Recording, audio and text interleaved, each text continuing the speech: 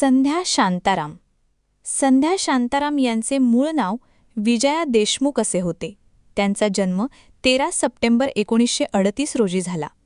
त्यांच्या बहीण वत्सला देशमुख या देखील एक प्रसिद्ध अभिनेत्री होत्या, तर वडील हे रंगभूमीशी संबंधित काम करत होतं. संध्या या नृत्यकलेत पारंगत होत्या आणि अभिनयात शास्त्रीय नृत्याचे घटक वापरणाऱ्या अभिनेत्री म्हणून त्यांची ओळख होती. 1950च्या दशकापासून त्यांनी हिंदी आणि मराठी चित्रपटसृष्टीत आपली वेगळी छाप सोडली. संध्या यांचा विवाह दिग्दर्शक व्ही. शांताराम यांच्याशी झाला होता. शांताराम यांचे हे तिसरे लग्न होते आणि दोघांमधील वयाचा फरक तब्बल 37 वर्षांचा होता. अमर भूपाळी या चित्रपटाच्या निमित्ताने या दोघांचे संबंध जुळले.